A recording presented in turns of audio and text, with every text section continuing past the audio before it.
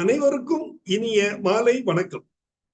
Form graduates forum சார்பில் தொடர்ந்து நடத்தப்படும் இன்று ஒரு தொழில்நுட்பம் நிகழ்ச்சிக்கு உங்கள் அனைவரையும் வருக வருக என வரவேற்கிறேன். இன்றைய நிகழ்ச்சி நமது குழுவின் மூலம் நடத்தப்படும் 633வது நிகழ்ச்சியாகும். இன்றைய நிகழ்ச்சி தலைப்பு ரூட் வெல்ட் இன் கோகனட், அதாவது தென்னை வாடல் நோய் என்பது ஆகும். இன்றைய சிறப்பு விருந்தினராக கலந்து கொண்டு இந்த தகவல்களை வழங்கிட இங்கே வருகை புரிந்துள்ளார் டாக்டர் TN பாலமோகன் அவர்கள். டாக்டர் பாலமோகன் அவர்கள் தமிழ்நாடு வேளாண்மை பல்கலைக்கழகத்தின் தோட்டக்கலை கல்லூரியில் முதல்வராக பணிபுரிந்து ஓய்வு பெற்ற முன்னாள் விஞ்ஞானி ஆவார். வாருங்கள், அவருடன் இணைவோம், நிகழ்ச்சிக்கு செல்வோம். Doctor Balamohan, please. அனைவருக்கும் மாலை வணக்கம். தென்னை நான் முதவே சொன்னேன், 3025 ஆண்டுகளுக்கு முன்பு பயிரிடப்பட்டு வருது. அதுல இருந்து வருது. கிட்டத்தட்ட 3000 ஆண்டுகளாக இந்த தென்னை இங்கே பயிரிடப்பட்டு வருகிறது. இதுல 830 பூச்சிகள் இதை தாக்குகின்றன. 830 பூச்சிகள். நானும் ஆச்சரியப்பட்டு போயிட்டேன். அவ்வளவு பூச்சிகள். இதுல சிலந்திகளும் சேர்த்து 830 பூச்சிகள் இதை தாக்குறது. 173 நோய்கள் இதை தாக்குது. தென்னையை மட்டும் 173 நோய். 78 நிமட்டோடு, நூற்புழுக்கள் 78 நிமட்டோடு அது தாக்குது. அதுல ரொம்ப முக்கியமான நோய் அப்படின்னு எடுத்துட்டீங்கன்னா இந்த ரூட் வெல்ட். இந்த ரூட் வெல்ட் ஏன் மற்றதெல்லாம் சிம்டம்ஸ் கண்டுபிடிச்சிடலாம். இப்ப நான் 2-3 தான் காட்டினேன். அதெல்லாம் காட்டினா சிம்டம் வச்சு கண்டுபிடிச்சிடலாம். ஒரு 10 அடி 20 அடி 100 அடி தள்ளி 50 அடி தள்ளி நின்றோம்னா என்னென்ன நோய் என்னென்னு சொல்லிட்டு பக்கத்துல போகலன்னா ஓரளவு கண்டுபிடிச்சிடலாம். இந்த நோய் மட்டும் கண்டுபிடிக்கிறது அவ்வளவு ஈஸி இல்லை. ஏன்னா தாக்கப்பட்ட உடனே இதுல இந்த எதுவுமே தெரியாது. அது வெளி வரும்போது பாதிப்பு கிட்டத்தட்ட 60-70% பாதிப்பு வந்து. அதனாலதான் இத பத்தி மட்டும் நான் பேசுறேன் அப்படின்னு பார்க்கலாம். இப்போ இது முதல்ல எங்க இருந்து வந்தது அப்படின்னா, கேரளால இருந்து வந்ததுனாலதான் இதுக்கு பேரு கேரளா வில்ட் அப்படின்னு சொல்லுவாங்க. இது கேரளால இருந்து வந்தது. இதே மாதிரி இன்னொரு வில்ட் இருக்கு, தஞ்சாவூர் வில்ட்ன்னு சொல்லுவாங்க. தஞ்சாவூர் வில்ட் கண்டுபிடிக்கிறது ஈஸி. அதே மாதிரி இது தவிர வேற முக்கியமான நோய்கள் அப்படின்னு பாத்தீங்கன்னா, தண்டு வடிதல் அப்படின்னு சொல்லுவாங்க, முட்டு அழுகுதல். இதெல்லாம் இதுல முக்கியமான தென்னையில வரக்கூடிய முக்கியமானது. இந்த ரூட் வெல்ட் 1999 தான் தமிழ்நாட்டுக்குள்ள வந்துச்சு.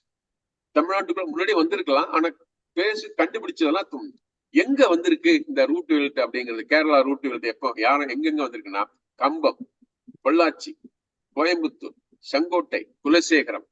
இந்த 5 எதெல்லாம் கேரளாவுக்கு பக்கத்துல இருக்கோ, எந்தெந்த டிஸ்ட்ரிக்ட் எல்லாம் கேரளாவுக்கு பக்கத்துல இருக்கோ, அதனால அந்த டிஸ்ட்ரிக்ட் கேரளால இருந்து வந்துருச்சு இந்த நோய். இந்த இடங்கள்லாம் இந்த நோய் பரவலாக காணப்படுகிறது. ஆனா இது முத கேரளால கண்டுபிடிச்ச வருஷம் 1882 கோட்டை மாவட்டத்தில் தான் இது முதல்ல இருக்குது அப்படின்னு. 1882 அப்போன்னா எவ்வளவு வருஷம் பாருங்க, 100 வருஷத்துக்கு மேலேயும் இது. அப்ப அந்த இடத்துலதான் முதல்ல பார்த்தாங்க. அப்புறம் அங்க இருந்து பல இடங்கள் கேரளால ஏகப்பட்ட மாவட்டங்கள்ல பரவிடுச்சு. இதனுடைய சிம்டம் எப்படி இருக்கும் அப்படின்னு இப்ப நீங்க பாத்துருப்பாரு. சிம்டம் எப்படி இருக்குன்னா, இந்த yellowing from tips to the middle of the leaf, மேல இருந்து அப்படியே மஞ்சள் அப்படியே கீழே வரும். அதே மாதிரி காய் நமக்கு தெரியிற சிம்டம்ஸ், காய் உதிரும். அப்படியே இன்ஃப்ளாரசன்ஸ் அப்படியே காஞ்சு போயிருக்கும், அதுல எதுவுமே இருக்காது. அதே மாதிரி வார இலை அப்படியே அழுகி இருக்கு, ராட்டிங் ஆஃப் ஸ்பியர் லீஃப் அப்படின்னா வார லீஃப். இந்த சிம்டம் மட்டும் கொஞ்சம் யங் ஸ்டேஜ்லயே கண்டுபிடிச்சிடலாம். ஒரு 5 வருஷம் உள்ள மரத்துல கண்டுபிடிக்க முடியும் அப்படின்ட்டு. சரி, இது எதனால உண்டாகுது அப்படின்னு பாத்தீங்கன்னா, இது ஒரு நிறைய ஆராய்ச்சி பண்ணாங்க. இந்த ஆராய்ச்சிகள் பல ஆராய்ச்சிகள் பண்ணி எதுவுமே கண்டுபிடிக்க முடியல. கடைசியில கண்டுபிடிச்சது உங்களுக்கு பைட்டோபிளாஸ்மா அப்படிங்கிற இது ஒரு பாக்டீரியா. இதுல என்ன ஒண்ணு அப்படின்னா, இந்த பாக்டீரியா இதுக்கு செல் வால் கிடையாது. செல் வால் இல்லாம இருக்கும். எங்க இருக்கும்னா ரூட் பகுதியில இருக்கும், டெண்டர் ஸ்டெம்ஸ்ல இருக்கும், பிடிஓல்ல இருக்கும். அதே மாதிரி லீஃப் பேஸ் இந்த இடங்கள்ல எல்லாம் இந்த கிருமி காணப்படும். இதுல ஒரு பேத்தாலஜிஸ்ட பேசும்போதுதான் சொன்னேன், இது பிளான்ட்ல இருந்து எடுத்து அஃபெக்டட் பிளான்ட்ல இருந்து எடுத்து பார்த்தா இருக்குமான்னா, சில சமயத்துல அஃபெக்டட் பிளான்ட்ஸ்ல எடுத்தோம்னா சில சமயத்துல தெரியாது. ஏன்னா இது யூனிஃபார்மா பிளான்டோட எல்லா பகுதியிலும் இருக்கிறது இல்லை. இப்ப ஒரு வைரஸ் இருக்குன்னா எந்த பொசிஷன் எடுத்து பார்த்தாலும் நீங்க வைரஸ் இருந்தா கண்டுபிடிச்சிடலாம். பட் இது என்ன ஒரே பிரச்சனைனா கண்டுபிடிக்க முடியாது, இருந்தாலுமே தெரியாதுன்றாங்க. ஏன்னா இது கான்சென்ட்ரேட் பண்ணி இருக்கிற பகுதி ரூட்டா இருந்துச்சுன்னா வேற பகுதியில இருந்து எடுத்து இந்த சாம்பிள் எடுத்து பார்த்தோம்னா அதுல இருக்காது. இப்ப இது என்ன செய்யும் அப்படின்னா இந்த வெசல்ஸ் சொல்லுவாங்க, வாஸ்குலார் வெசல்ஸ் சொல்லிட்டு. வாஸ்குலார் வெசல்ஸ்னா நீரை கீழிருந்து மேலும் மேலிருந்து கீழும் நீர் உணவு இது எல்லாத்தையுமே எடுத்துட்டு போற இந்த வாஸ்குலார் வெசல்ஸை க்ளோஸ் பண்ணிடும். எஸ்பெஷலி இந்த ஃப்ளோயம் அப்படிங்கிற வெசல்ஸை க்ளோஸ் பண்ணிடும். அப்ப என்ன ஆகும் அப்படின்னா நீர் மேல போறதோ மேல இருந்து கீழே வாரதோ அதை தடை செஞ்சிடும். அப்ப என்ன ஆகும்னா நம்ம இந்த தொண்டைக்குழிய இறுக்கமா கட்டி விட்டுட்டு உணவே போகாத மாதிரி பார்த்துக்கிட்டா என்ன ஆகுமே அந்த மாதிரி. அது என்ன சொல்றாங்கன்னா ரொம்ப கரெக்டா சொல்ல போனோம்னா ஒரு நல்ல ஒரு வேர் எடுத்து அதுல தண்ணீர் ஒரு நாளைக்கு எடுக்கிறதா இருந்தா தண்ணீர் எவ்வளவு இழுக்கும் அந்த வேர் அப்படின்னா குறைஞ்சது 250 இருந்து 500 மில்லி ஒரு வேர் இழுக்கும். ஆனா பாதிக்கப்பட்ட வேரா இருந்துச்சுன்னா 150 மில்லி கூட இழுக்காது. கிட்டத்தட்ட ஆவரேஜ் என்ன சொல்றாங்கன்னா 65% நீரை நிறுத்திடும் அப்படிங்கிறாங்க. அந்த மாதிரி நிறுத்தினதுனாலதான் இந்த பிளான்ட்ல இருக்கக்கூடிய சிம்டம். எனக்கு ரொம்ப உங்கள்கிட்ட சொல்லும்போது ஒன்னே ஒண்ணு இந்த இது பாருங்க, அழகா கண்டுபிடிக்கிறது இந்த சிம்டம். இது என்னன்னா இந்த சிம்டத்துக்கு பேரு பிளாசிடிட்டி அப்படின்வாங்க. அதாவது நீர் இல்லாமல், அதாவது நல்லா நீர் போச்சுன்னா டர்ஜிடிட்டி, டர்ஜிடா இருக்கும்னா இலை அப்படியே கரெக்டா விரிஞ்சு அந்த டெம்பரோட இருக்கும். இந்த நோய் தாக்கப்பட்டா இந்த இடத்துல பாருங்களேன், இந்த மாதிரி சுருண்டுரும், ரிப்பிங் அப்படின்வாங்க, ரிப்பிங். அதே மாதிரி இலைகள் டர்ஜிடிட்டி போய் இங்க பாருங்களேன், இது அப்படி மேல தூக்கிட்டு நிக்கிற இலை அப்படியே சரிஞ்சிருச்சு. இந்த மாதிரி இதுதான் உங்களுக்கு டிப்பிக்கல் சிம்டம். இப்ப இந்த சிம்டம் எல்லாம் கண்டுபிடிக்கிறது கிட்டத்தட்ட ஒரு 10 வருஷம் ஆயிரும், 8 வருஷம் 10 வருஷம் ஆயிரும். அப்ப என்ன ஆயிரும்னா நம்ம முதவே கண்டுபிடிச்சிருந்தோம்னா இதுக்கு ட்ரீட்மெண்ட் எடுக்கலாம், ஏதாவது செய்யலாம், இல்ல தேவையில்லை வெட்டி எடுக்கலாம். ஆனா இதை கண்டுபிடிக்கிறது ரொம்ப கஷ்டம். இதை மைக்ரோஸ்கோப்ல வச்சு பார்த்து இதை கண்டுபிடிக்கணும் அப்படிங்கிறது அவ்வளவு ஈஸியான எளிதான காரணம் இல்லை. ஒரு பெத்தாலஜிஸ்ட் சொன்னது இன்னும் என்னால ஐ குட் ஆக்சுவலி ரீகலெக்ட். அவர் சொன்னாரு, சில சமயத்துல அஃபெக்டட் பிளான்ட்ஸ்ல இருந்து எடுத்து பார்த்தோம்னா இந்த ஆர்கானிசம் இருக்குதானே கண்டுபிடிக்க முடியாது. ஏன்னா அந்த போர்ஷன்ல இல்லைன்னா நம்ம இல்லைன்னு நினைச்சிட்டு இருப்போம், ஆனா அது இல்லை அப்படின்னாரு. சோ இந்த மாதிரியான ஒரு பிரச்சனை. இப்ப இதுக்கு என்ன இதுல ரொம்ப முக்கியமானது நான் முதல்ல சொன்ன ஈட்டாலஜில இந்த பைட்டோபிளாஸ்மான்றது கண்டுபிடிச்சதே ரொம்ப லேட்டா. இப்ப குறைந்த 10, 20, 30 வருஷத்துக்கு முன்னாடி தான் கண்டுபிடிச்சிருக்காங்க. இதுக்கு செல்வால் இல்லாதனால இது போய் என்ன செஞ்சிருது, அந்த பிளான்டோட ரூட்ஸ்ல, ஸ்டெம்ல, பீட்டியோல்ல எது ரொம்ப வைட்டல் ஆர்கனிசமோ அதுல போய் இது போய் அடைச்சுக்குது. அப்ப அதுல எதுவுமே மேல போகாது. இத 2 பூச்சிகள் டிரான்ஸ்மிட் பண்ணும். அதாவது ஒரு செடியில இருந்து இன்னொரு செடிக்கு. அது ஒண்ணு லேஸ் பக்ஸ் அப்படின்வாங்க, லேஸ் பக்ஸ். இன்னொன்னு பிளான்ட் ஹாப்பர். இது என்ன செய்யும்னா இந்த சாரை உறிஞ்சிட்டு உடம்பு முழுசும் இந்த பிளாஸ்மா வந்துருது அதனோட பாடிக்குள்ள. அது இன்னொரு இதுக்குள்ள போய் குடிச்சதுன்னா அதுல போயிருது, டிரான்ஸ்மிட் ஆயிடுது.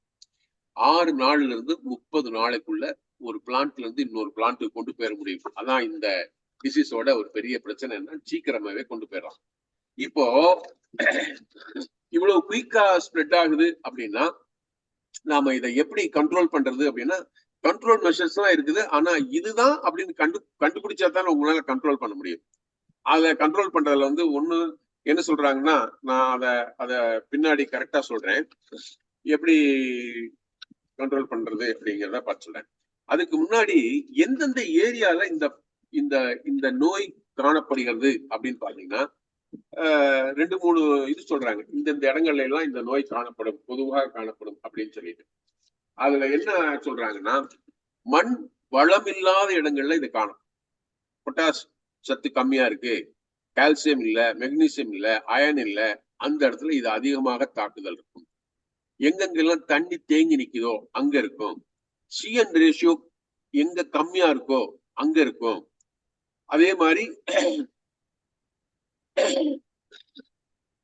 இந்த இந்த நீர் வந்து மேல போக முடியாம இருக்கிற சம்மர் அதிகமா இருக்கக்கூடிய, அதாவது ரெயின்ஃபெட் ஏரியா வந்து மழை மட்டும் நம்பி இருக்கிற இடத்துல எல்லாம் சீக்கிரம் கூட பரவறதுக்கு வாய்ப்பு இருக்குது.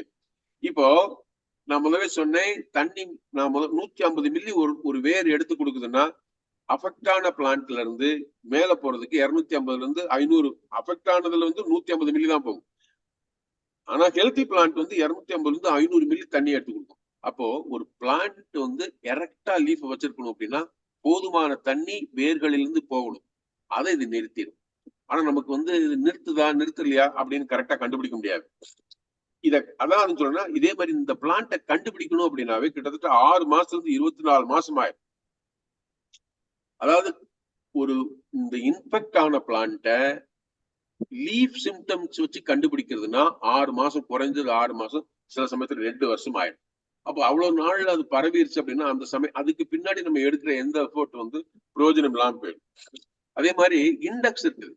இப்ப இண்டெக்ஸ் 70க்கு வந்துருச்சுன்னா, அதாவது ரூட் வில்ட் இண்டெக்ஸ் அது வந்து 70 வந்துருச்சுன்னா ரெக்கவர் பண்றது கஷ்டம். ஒரு பிளான்ட்டை ரெக்கவர் பண்றது கஷ்டம். இப்போ இந்த மாதிரி பிளான்ட்டை எப்படி நம்ம வந்து மேனேஜ் பண்றது அப்படின்னு பாத்தீங்கன்னா, இத வந்து இந்த நோய் கொண்டு போய் பரப்புற பூச்சிகளை கண்ட்ரோல் பண்ணணும். இதுல என்ன பெரிய பிரச்சனைன்னா, இந்த தென்னை மரத்துல மட்டுமே இது இருக்கிறது இல்ல. தென்னை மரங்கள்னா இன்னொரு பக்கத்துல இருக்க வீடுல போய் சாப்பிட்டு, அப்போ எந்த இடத்துல அடிக்கணும்? தென்னை மரத்துல மட்டும் மருந்து அடிச்சா போதாது, வீட் ஃப்ளோரால இருக்கும், அதுல எல்லாம் நீங்க மருந்து அடிச்சா தான் இந்த பூச்சிகளை கண்ட்ரோல் பண்ண முடியும். இதை ஒரு செடியில இருந்து இன்னொரு செடிக்கு எடுத்துட்டு போறது மாதிரி. அது மாதிரி மரத்தை வெட்டி அப்புறப்படுத்தலாம். இது ஒரு முறை. கான்டாஃப் அப்படிங்கிற மருந்து, டைத்தேன் அப்படிங்கிற மருந்துல ரெக்கமெண்டேஷன் இருக்குது, அதை பயன்படுத்தலாம். அதே மாதிரி 4-8 20 கிராம் அப்படிங்கிறதோட கொஞ்சோண்டு 200 கிராம் இது மணலை கலந்து எந்த இடத்துல அந்த நுனி இலைகிட்ட பக்கத்துல கட்டி தொங்க விடுவாங்க. அப்படி தொங்கிடும் போது அங்க இருக்க பூச்சிகள் பரப்புறதை கண்ட்ரோல் பண்ணலாம். ஒவ்வொரு தடவையும் 2 வருஷத்துக்கு இந்த மாதிரி ட்ரீட்மெண்ட் கொடுத்துட்டே இருக்கணும். ரெகுலரா நான் முதல் சொன்ன பாத்தீங்களா, அந்த உரங்களை சாதாரண இதுக்கு நல்ல குட் மேனேஜ்மெண்ட் இருக்கிறது. அதே மாதிரி ஹைபிரிட் வருது, உரங்கள் ரெகுலரா அதோட ரெக்கமெண்டேஷன் படி கொடுத்துக்கிட்டே இருக்கணும். அதே மாதிரி அதாவது நான் சொன்னதா பேலன்ஸ்டு ஃபர்டிலைசர் நம்ம ரெகுலரா கொடுத்துக்கிட்டே இருக்கணும். அதே மாதிரி கோடை காலத்துல அதற்கு தேவையான நீரை கொடுக்கணும். அதே மாதிரி எந்த மரம் 10 காய்க்கு கீழே காய்க்குதோ அந்த மரத்தை வெட்டி எடுத்துடணும். பாதிக்கப்பட்டதுன்னு தெரிஞ்சிருச்சுன்னா அதை வச்சிருந்தோம்னா திருப்பி ஸ்ப்ரெட் ஆகும். அதே மாதிரி கிரீன் மென்யூர் நம்ம வந்து யாருமே போடுறதே கிடையாது. அதாவது எனக்கு ரொம்ப நாள் இது உண்டு. அதாவது என்ன எடுக்கிறோமோ அதை திருப்பி கொடுக்கணும் அப்படின்வாங்க. ஒரு தடவை நான் ஒரு விவசாயியும் முன்னாடி உட்காந்துருந்தாரு. அப்போ என்கிட்ட வந்து கேட்டாரு, சார் தென்னை மரத்துக்கு நான் உரம் போடணுமா அப்படின்னு கேட்டாரு. அப்போ நான் கேட்டேன், என்னங்க இப்படி கேட்குறீங்க அப்படின்னு. ஆமா சார், வச்சதுல இருந்து வந்துகிட்டு இருக்குது, நான் ஒண்ணுமே போடல, காய்ச்சிட்டு இருக்குது, நான் எதுக்கு உரம் போடணும்? இதுதான் இன்னைக்கு இருக்கிற மனப்பான்மை. பல பேர் வந்து மண்ணுல இருக்கிறே உரமே போதும்னு நினைச்சிட்டு இருக்கோம். அப்படி இல்லை. ஒரு 100 காயில இருந்து 150 காய் கொடுக்குற மரத்துக்கு ஏதாவது வகையிலே நாம் அதற்கு தீனி கொடுக்கணும். அப்படின்னா ஒண்ணு நீங்க வந்து பசுந்தாள் உரம் இல்ல இந்த கிரீன் மென்யூர் போட்டு அந்த சாயில என்ரிச் பண்ணிட்டே இருக்கணும். அப்படி பண்ணலைன்னா செயற்கை உரங்களை போடணும். ஏதாவது ஒண்ணு செஞ்சாகணும். இயற்கை உரமோ செயற்கை உரமோ நீங்க தொடர்ந்து கொடுத்துக்கிட்டே இருக்கணும். அப்படி கொடுக்கல அப்படின்னா ஒரு ஸ்டேஜ்ல வந்து பிளான்ட் வீக் ஆகி எல்லா நோய்களும் பூச்சிகளும் அதை தாக்கும். அப்ப பிளான்ட் ஹெல்த்தியா இருக்கணும்னா ஒண்ணு பேலன்ஸ்டு ஃபெர்டிலைசர். நான் வந்து கெமிக்கல் தான் கொடுக்கணும் அப்படின்னு சொல்லலை. நீங்க எது வேணாலும் சாயில ரெப்ளினிஷ் பண்ணலாம். இந்த ஆர்கானிக்கா பண்றவங்க ஒண்ணு செய்யணும். எப்படி செய்யணும்னா, உங்க சாயில், உங்களோட மண்ணு, அந்த மண்ணுல குறைந்தது 1% கார்பன் கண்டென்ட் இருக்கிற மாதிரி பார்த்துக்கணும். அப்படி பார்த்துக்கிட்டீங்கன்னா ஒண்ணும் நீங்க இயற்கை உரம் மட்டுமே போதும், செயற்கை உரம் போட வேண்டாம். நம்ம அதெல்லாம் கொடுக்கல அப்படின்னா மட்டும்தான் பெரிய பிரச்சனை வரும். பிளான்ட்டுக்கு போதுமான, அதாவது தென்னைக்கு போதுமான உரம் கிடைக்காம போனனால. அதே மாதிரி இதுல கடைசி நான் உங்கள்ட்ட சொல்றது வந்து ரகங்கள் வந்து நல்ல இதுக்குன்னு ரெசிஸ்டன்ட் ரகங்கள்லாம் இருக்குது. ஆனா ஒரு ஸ்டேஜ்ல அதுவும் பிரேக் ஆகும். ஏன்னா ஒரு உணவு பத்தல அப்படின்னா பிரேக் ஆகிப்போம். அதாவது ரெசிஸ்டண்டா இருக்காது. அதாவது கல்பரக்ஷா அப்படின்னு ஒரு வெரைட்டி, கல்ப சங்கரா அப்படின்னு ஒரு வெரைட்டி, கல்பஸ்ரீ, இந்த மூணுமே வந்து சிபிசிஆரை ரிலீஸ் பண்ண வெரைட்டி. ஓரளவுக்கு கேரளாவுக்கு எதிர்ப்பு சக்தி. இப்ப நம்ம கடைசியா பார்க்க போறது இதெல்லாம் இருந்தாலும் ஒரு விவசாயி, தென்னை விவசாயி இத்தனை பிரச்சனைகள் இருக்கு பாருங்களேன். இத்தனை பிரச்சனை இருந்தாலும் ஒரு தென்னை விவசாயி மாட்டிக்காம இருக்கணும்னா என்ன செய்யணும் அப்படின்னா, அதுக்கு உள்ள மல்டி கிராப்பிங் சிஸ்டம் அப்படிங்கிற ஊடு பயிர்களை போட்டுட்டோம்னா தப்பிச்சிடலாம். ஒரு விவசாயி, அதான் நேத்து ஒரு 2-3 நாளைக்கு முன்னாடி நினைக்கிறேன், ஒருத்தட்ட பேசிட்டு இருக்கும்போது சொன்னாங்க, இந்த விவசாயி மட்டும் சார் ஒரே கூடைக்குள்ள அத்தனை முட்டையை போட்டுருவாங்க சார் அப்படின்னு சொன்னார். அப்படின்னா எனக்கு புரியல, என்னன்னு சொல்லுங்க அப்படின்னு. ஒரே கூடையில வச்சுட்டு இந்த டபால் தட்டி விட்டோம்னா அத்தனை முட்டையும் உடஞ்சு போயிடும். ஒரு திறமையான ஆள் 10 கூடையில இருக்கிற முட்டையெல்லாம் பகிர்ந்து வச்சுக்கிட்டோம்னா ஒரு கூடை உடஞ்சு போனாலும் மீதி இருக்க 9 கூட பார்த்துக்கும் அப்படின்னாரு. அப்படின்னா விவசாயி ஒரு பயிரை நம்பி வாழ்வது அப்படிங்கிறது ஒரு கூடையில முட்டையை போட்டு உடைச்சுக்கிட்டு ஐயோ ஐயோன்னு போறது. அப்ப விவசாயி என்ன செய்யணும்னா, ஒரு பயிரை நம்பாம தென்னை மாதிரி பயிர், இந்த மாதிரி மோனோகிராப்பிங் சிஸ்டத்துல பல பயிர்களை போட்டா, தென்னை ஒரு 10-20 வருஷத்துக்கு முன்னாடி எல்லாம் 20 ரூபா ஒரு தேங்காய் விளைச்சது, இப்ப 10 ரூபா. அப்போ இந்த விவசாயம் லாபகரமா இல்லாம போயிடும்.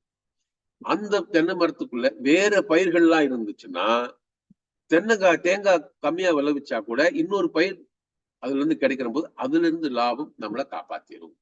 அதான் சொன்னாங்க, இனிமேல் தென்னை விவசாயிகள் மோனோகல்ச்சர் அப்படின்னு போட்டோம்னா ஒரு காலகட்டத்துல நம்ம இந்த விவசாயத்தை லாபகரமா செய்ய முடியாது. இப்ப இந்த மாதிரி ஒரு கேரளாவுக்கு மாதிரி வந்துச்சுன்னா அத்தனை வெட்டணும். நீங்க இப்ப நான் ஒரு 10 நாளைக்கு முன்னாடி பொள்ளாச்சி ஏரியால எல்லாம் போயிட்டு வந்தேன். எங்கெங்க எல்லாம் இந்த நீர் ஆறு ஓடுற பகுதியெல்லாம் இருக்குல்ல, அந்த இடத்துல எல்லாம் இந்த நோயோட தாக்கம் ரொம்ப வீரியமா இருக்கு. அப்ப இந்த பயிரை நீங்க வச்சுக்க முடியாது. அப்படி பயிரை வச்சுக்க முடியலைன்னா வெட்டி எடுக்கணும். வெட்டி எடுத்துட்டு திருப்பி ஒரு பயிர் போட்டு அப்படி ஒரு போட்டீங்கன்னா அதுலயும் பிரச்சனை வரும், திருப்பி வந்துடும். அதான் அங்கதான் இனாக்குளம் இருக்குதே. நீங்க திருப்பி தென்னை மரத்தை நட்டாலும் திருப்பி வரும். நன்றி டாக்டர் பாலமோகன், உங்கள் தகவல்களுக்கு மிக்க நன்றி. இதுவரை ரூட் வில்ட் இன் கோகனட், அதாவது தென்னை வாடல் நோய் என்பது தொடர்பான தகவல்கள் வழங்க கேட்டோம். வழங்கியவர் டாக்டர் TN பாலமோகன், தமிழ்நாடு வேளாண்மை பல்கலைக்கழகத்தின் தோட்டக்கலை கல்லூரியில் முதல்வராக பணிபுரிந்து ஓய்வு பெற்ற முன்னாள் விஞ்ஞானி. இத்துடன் இன்றைய நிகழ்ச்சி நிறைவு பெறுகிறது. நன்றி, வணக்கம்.